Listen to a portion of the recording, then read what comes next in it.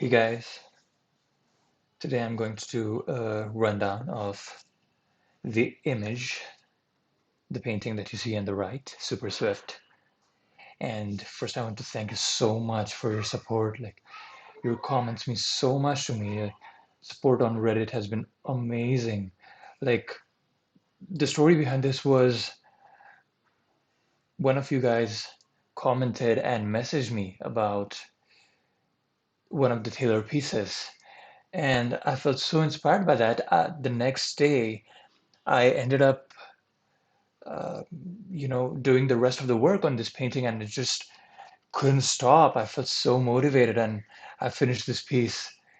And, it means so much, when you support someone, even if it is a simple comment to you, if it is something that motivates them and if it is honest, I think it can make a huge difference in the artist's life and so many other people's lives too.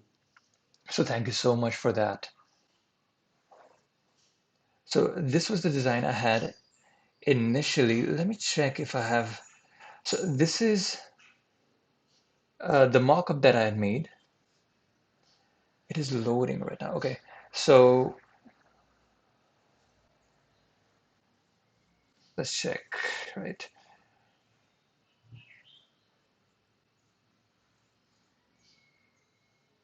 So this is the original photo that I found on one of the search engines, I believe, either Google or DuckDuckGo. I ran a Taylor search. I believe it was a Taylor Swift profile view face, and I found this, and then I started composing it. I wanted to do a pinup, a heroic pinup, and do supermodel style thing. I was really inspired by Kira Kosadin, uh, her blue superhero suit. I think she looks so cute. So I wanted to do something like that, a suit with texture, uh, like a matte texture. So I started drawing this body, uh, under the face, and I was quite happy with this. This brush over here is a modification of the coal brush, this one, Supercar Coal. Uh, it kind of behaves like a traditional brush, but it leaves like this interesting texture. It's fun to play with these brushes when you're drawing, just because of the way it behaves under your hand, it produces interesting effects. It's fun to draw that way. Uh, so I had this idea of like this way light coming and a Terminator shadow coming this way. So there's a clear Terminator, the dark part of the shadow, which is like at the rim of the surface. So if this part is the shadow and this part is the light, then the Terminator where the light just converts into shadow, that is the darkest part usually. If it is real light, like not a cast shadow, but the shadow that comes from this side is actually from the form churning this way, this way. It's not from something casting a shadow on it, like sunglasses or some surface like that, like a screen like that. This is real form churning this way. So when it turns that way, just where the light starts to graze into the shadow, that is usually the darkest form. So that was my idea behind this, right? So playing with the costume.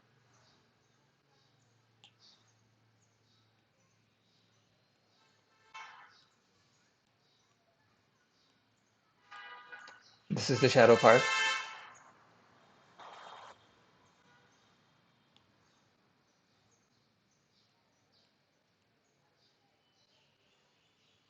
So I was experimenting with shapes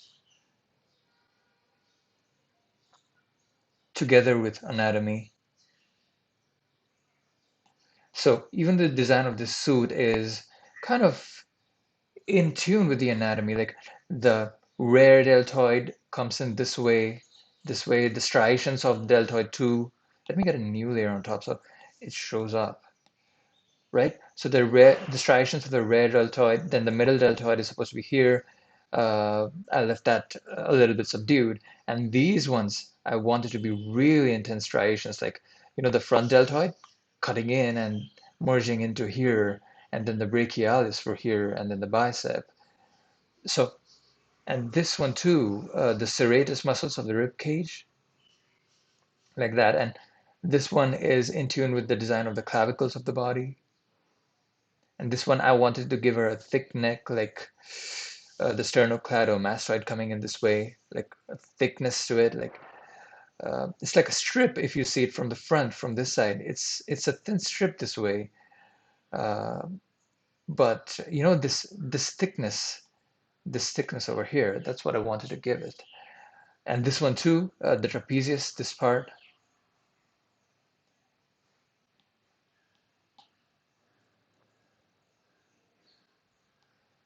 So then I started drawing it roughly.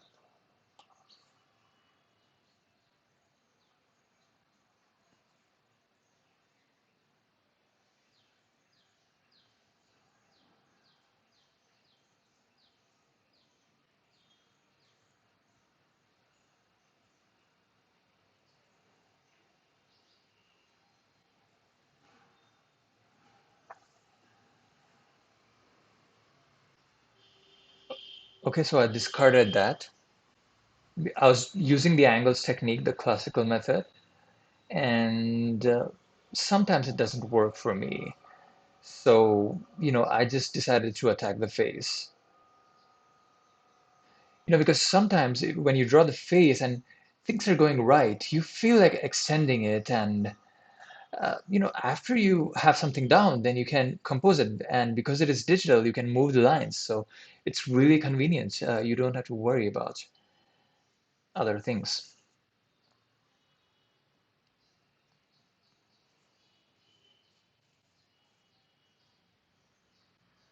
So this profile view, it started to give me confidence. I was feeling great. The hair I started designing by myself, different from the original.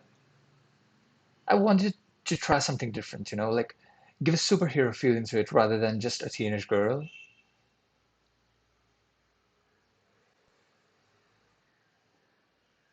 And over here too, the chin, the underside of the jaw, this underside of the chin, I made it a little taller because I thought it would give her a superhero feeling, like a heavy jaw feeling. But later on, you'll see I reduced the height of the chin just for the sake of the likeness to make it actually look like Taylor. So this is just playing around with that supercar cool brush. So I was happy with this, right?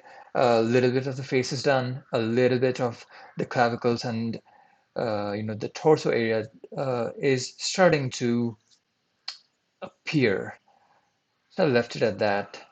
And let's check the time for that. Canvas information statistics. That was 2 hours and 7 minutes. So here I was starting to play with this suit, right? So we pick up from there and we're composing the anatomy, the muscles of the hand, the brachioradialis, and the forearms. And here we are starting to compose the piece. This triangle, which you can see on the image on the right, the triangle is still there on the final image, right? And the flow of this arrow, how it flows, it leads into the hair at the back, sweeping, then designing the hair.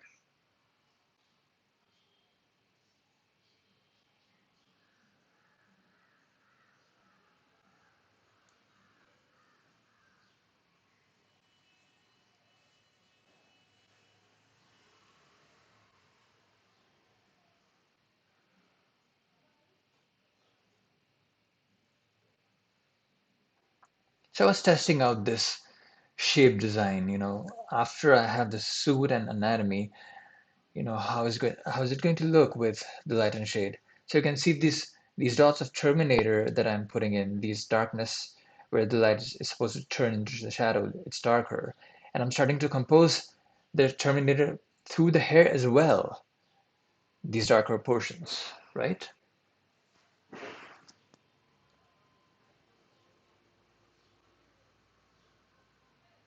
So this is the composition. The red marks are the Terminator, and the blue marks are the sweeps of the composition.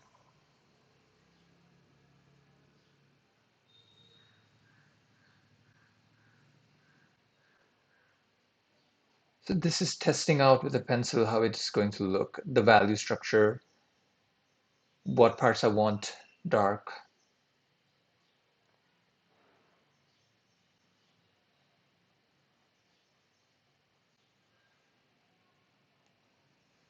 This was probably about 2 hours.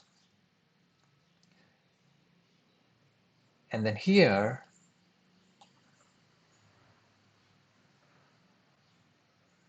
I started to attack the face. I realized that the face was not looking like Taylor, so I started to, surgically refine these things. I'm rewinding here. So working on the lips, properly adjusting the chin. It didn't take a lot of work. It was just some minor things, just the jaw, just a little bit of the philtrum above the lip. And you can see it's basically looking like Taylor. And I started to attack the values, the shading. And here with the hair, I realized that I should put the shape, the outline down before I just start shading like a herd of animals that are grazing the surface and clearing the surface and putting down the shading. We need to have some confines uh, inside which the shading will go. So I put down this outline. Once it was down, then it was just shading. Looking at the shapes, putting down the shapes, matching, just filling in the shapes with that particular gradation, like twisting, curving, tapering gradations of value that you zigzag with the pencil.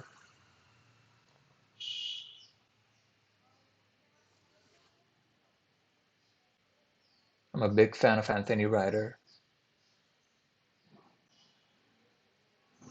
This shading style, this pencil stuff, is something that I borrow from him. His book is great. His figure drawing book. Just amazing stuff. So here, after doing the face, I brought in the reference because I did not like the body that I had previously done. It was kind of looking like not that petite. So I just started tracing the stuff that I had previously drawn, right, in the mock-up.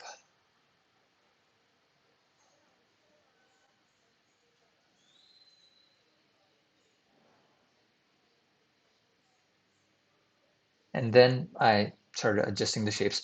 This brush is edge control brush, this one over the deltoid.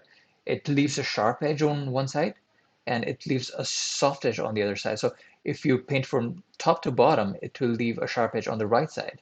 And if you make the stroke from bottom to top, then it will leave a sharp edge on the left side and a soft edge on the right side, the opposite way. It's called edge control.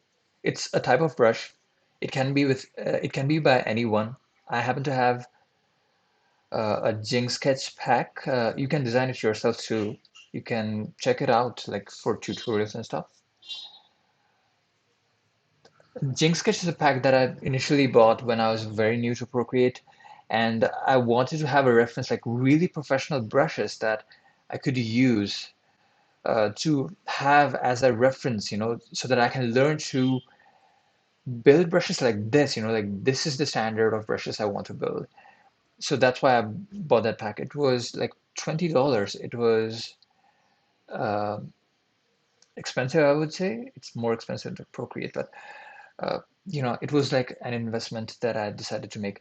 This brush, the dotted brush, is, I'm going to pause here. The dotted brush is in the texture section of Procreate. It is a default brush that comes with Procreate. So I put that down and then I used a transform operation on that, transform, and I stretched that so that the dots are not just circular, they are stretched diagonally. And I used the warp feature of the transform tool as well so that they're not just stretched, but they kind of curve along her body too, the dots.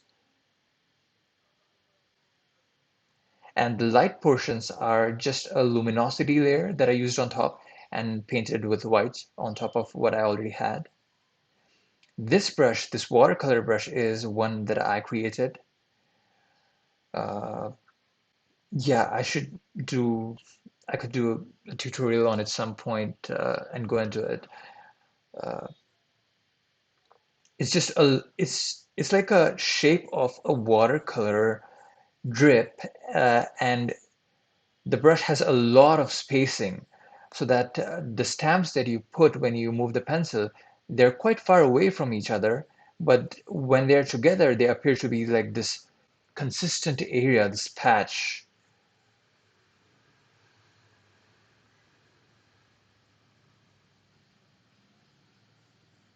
Like it appears like a consistent patch, but it's like that, have like big spacing on just separate drips, like, and there's scattering on it, like rotation jitter on it. Randomized, it's called in the shape settings. So with randomized, it makes the stamp so that when you put each stamp down as the pencil is moving, each stamp is rotated a different way from the previous one. So it gives an organic feeling. So this is the same thing at the back. I just reduced the opacity, right? And then I started erasing some marks from here with a normal eraser so that it looks like lightning.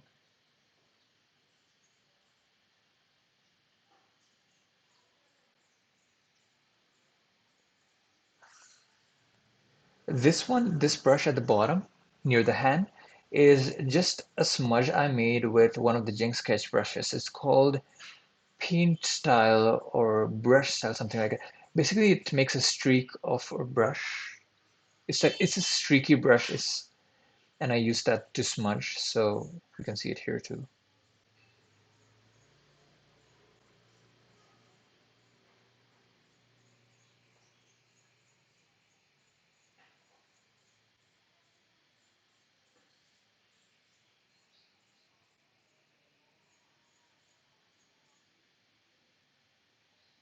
I decided to clarify this edge of the tricep because the arm is coming to the front compared to the back. So I realized that that edge should be clear. I can't leave that hazy like the back over here. It's okay that the back edge is a little bit soft, but what comes to the front, like what is in the focus, like it's right in front of your eyes, that usually should have a sharp, like a clearer edge at least. It can be an artistic edge, but it should feel like it is coming towards you.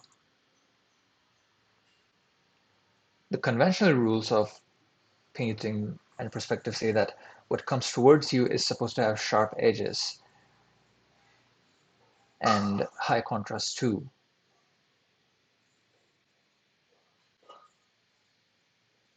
So getting rid of the outline in some places.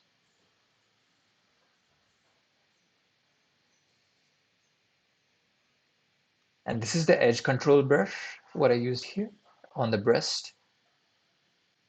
It's just like a huge size of the edge control brush and just one stroke made this way. And the rest of it I just erased. So here you can see me use the edge control brush in some, just experimenting in some places. So this is just refining the edges. And here, so that's the completion of the rendering. Here, this is a rectangle I made, right? Select a rectangle vertically, fill it with blue color, and I use transform on the rectangle, use the warp feature, and from the right side to the left side, I pull the whole edge of that rectangle to the left side. So it created this interesting shape, like a semicircle that is being pulled this way, right? And see, this is the rectangle, and I'm just gonna let it run. I'm not gonna pause it. So, so that's how it looked. And then I'm just cycling through different blend modes. I'll check. So this one is hard mix, what we have on the final one, right? So let's look through some others just to, right? Pin light, linear light, vivid light. So these are the light ones. So they're not supposed to affect very much because what we have is a darkness and light modes are supposed to lighten. So screen is light mode, lighten is light mode, normal is how it is. So this is how it looked by default, right? But when we use the blend modes, then the semicircle takes a different shape. And this is the darker section of the mode, so they make stuff darker. So multiply, darken, the burn types, color burn, linear burn. Okay, so dark modes, light modes, then we come into complex modes, overlay, just gonna make this smaller, right? Soft light, hard light, these are complex modes, like a blend of darkness and lightness. Vivid light, linear light, these are great for coloring. Pin light, hard mix is like, it gave this comic book feel, and it really gave a feeling to this lightning effect. And this cyan blue with the ultramarine type blue, violet blue, I loved this. Right, so other modes, difference, exclusion, subtract. These could be customized prints for like clients in their own, you know. I think it's a great idea to offer customized prints, uh, like give a background that the client wants and something they'd love to hang in their room that matches with their furniture and the surroundings. Hard mix. So, like for example, if we just change the background color, this one is not working because it's an imported image, but we could put something on top and let's say put it in multiply blend mode and let's get so then, and we could play with it. We could adjust the opacity and we could, do things with it to customize the prints. And, you could, I think it's a great idea to offer a service like this where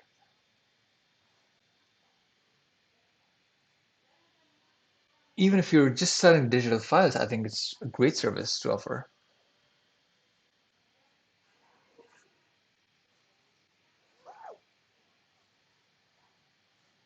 So that's the final.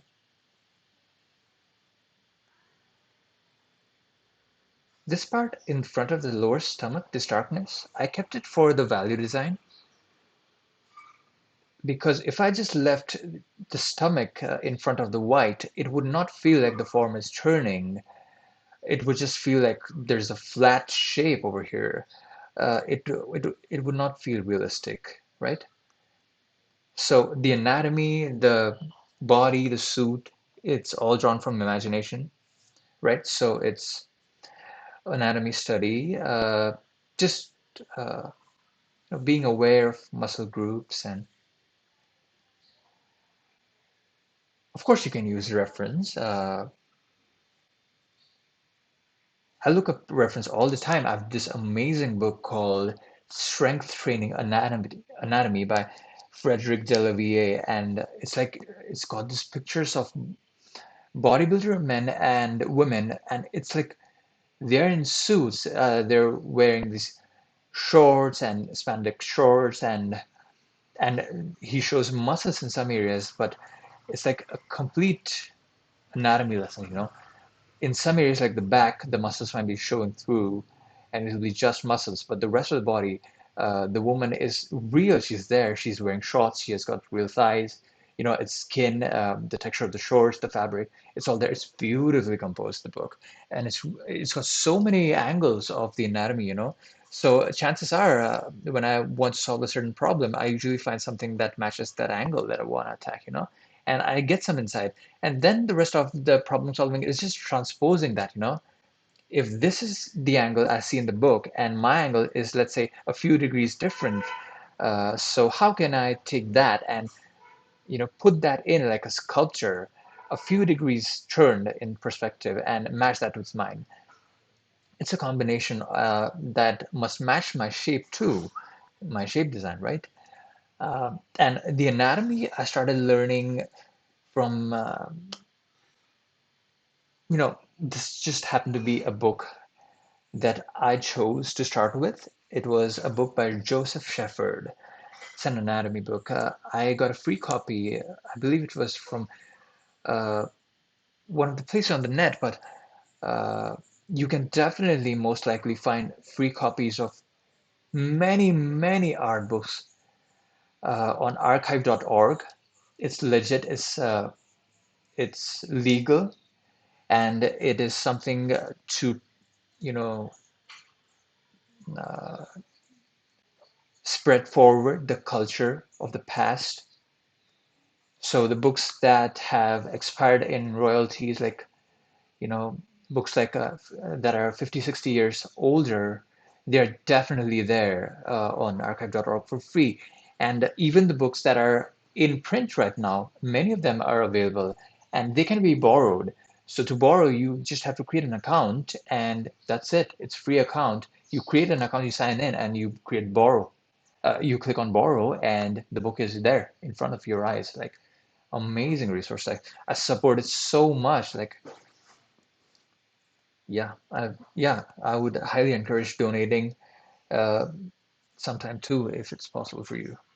It's just a great site. Yeah, for artists, it's just amazing. I've found so many things like bark plates, uh, like sculptures, classical sculptures for studies, rare books, old books, texts, letters by famous artists, Van Gogh, maybe. I haven't read them, but I've definitely seen books that have letters of artists. Uh, you know, Manuscripts, invention type stuff, like stuff that you see in Leonardo da Vinci's books. I'm pretty sure there's Leonardo's notebooks on there, like, everything that Leonardo had in his sketchbooks and notebooks that we have today, that we know of, is preserved today, available, is available. And Leonardo's notebooks you can find on Wiki, one of the wiki sites, it's Wiki Notes or something. I'll let you know what it's called. Wikisource, that's the one it's called. So yeah, Wikisource, Leonardo's notebooks, amazing stuff, so inspiring. Read that. Yeah, really interesting.